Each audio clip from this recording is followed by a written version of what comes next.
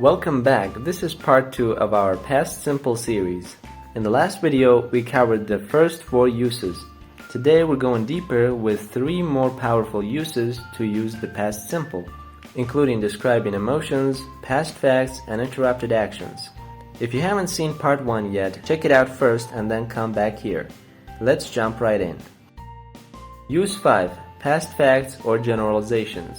We use the past simple to talk about facts, general truths, or shared beliefs that were true in the past but are no longer true now or have changed over time. These facts could be about science, history, or technology, about society or culture, about your personal life or knowledge at a certain time. This is different from completed actions. These are states of knowledge or belief, not physical activities. Examples: people believed the earth was flat. There were no smartphones in the 1990s. Dinosaurs lived millions of years ago. Women couldn't vote in many countries 100 years ago.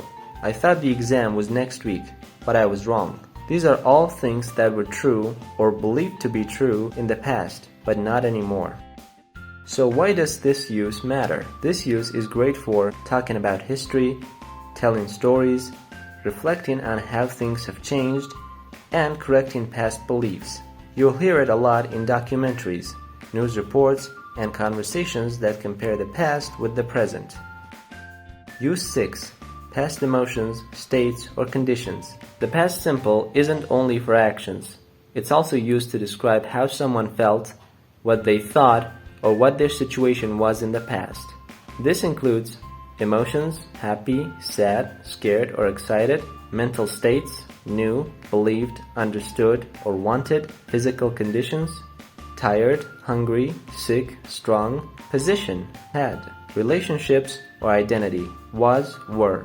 These are not actions, they're states of being or feelings, and they were true at a specific time in the past. Examples: I felt really tired after work yesterday. She was excited about her birthday. We didn't know the answer. He wanted to be a doctor when he was a kid. They had a big house in the countryside. I wasn't sure what to say. Each of these sentences describes a past state, something that existed or was experienced at that time, but is no longer true now. Awesome work! Now you know 6 full uses of the past simple tense. Let's quickly review what we added today. Past facts, emotions, and states. Mastering these uses will help you sound more fluent and natural in your English conversations. Don't forget to rewatch both parts, write your own examples in the comments, like and subscribe for more English lessons every week. Comment below which use was new for you. Thanks for watching, and I'll see you next time.